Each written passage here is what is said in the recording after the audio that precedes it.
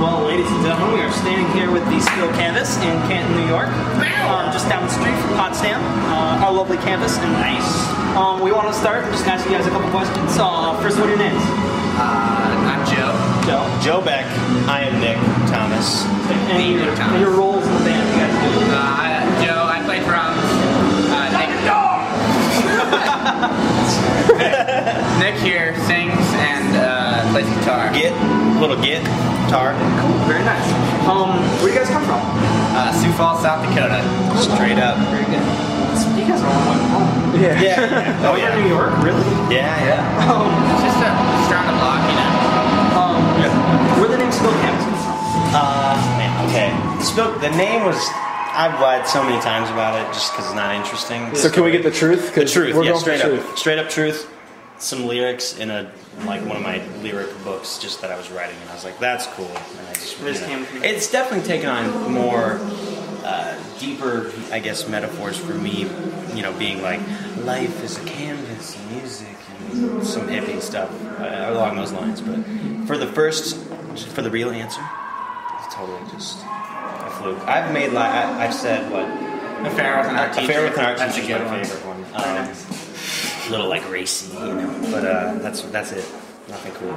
You got the truth though. Yeah, we're gonna. So that's a story. How long have you guys been playing together?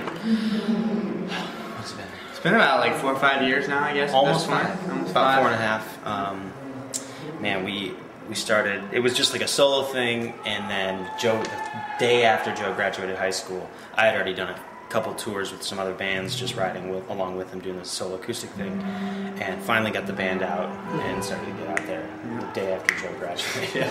Along the lines of the personal connections, your personal friends, other bands, like I know you guys were with Traps here, but any other personal? Oh yeah, I mean, being in the business and stuff, I mean, we made so many friends early on, but as well as, I mean, the whole time you just make friends because these are your peers, you know, they're going through, most of the time, they're going through the same thing you're going through, especially when you're starting out and you're touring with bands that are also just like trying to do it, you know, that whole like struggle is kind of a good thing to befriend someone within, but the newer bands, you know, that we've met and become friends with, it's so cool because some of them are like bands that we've liked and looked up to, you know, especially being on Warped Tour, befriending those, you know, bands on that, it was cool to hang out with them. It's definitely a small world in the music business. Oh, yeah. So there's so many connections with so many bands. And you guys all end up in the same circle?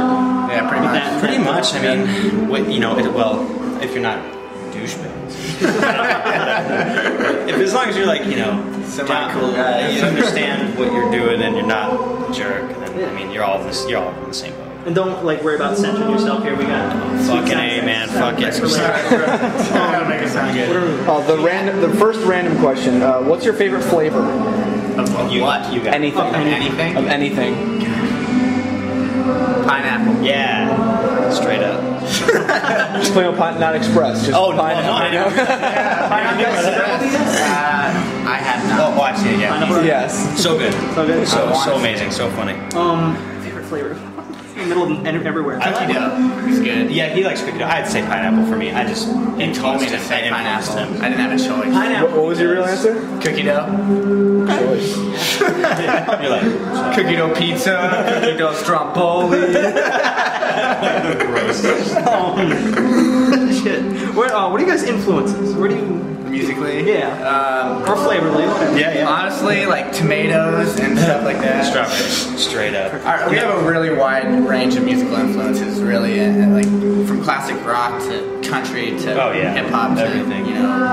I just downloaded like pretty much all of the Aesop Rock. I don't know if you know what Aesop Rock is. He's like this MC from the city. Just downloaded like his whole catalog because I was like, I need the stuff, you know, and then we'll go and love like Rumors by Fleetwood Mac or something. You know what I mean? Like anything that is remotely good, we're pretty much suckers for, as long as it's good music. And like when you listen, do you extract meaning from a lot of like different songs? Because like sometimes I'll free write the music. Yep.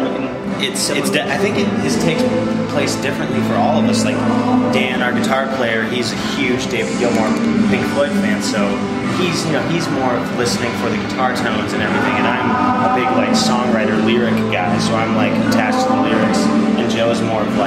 musical, like every other musical, especially drums. He plays drums. So whatever we play, we kind of gravitate more towards that, kind of being inspired that way. So. Another random. I get the good ones. Any pet peeves? Pet peeves.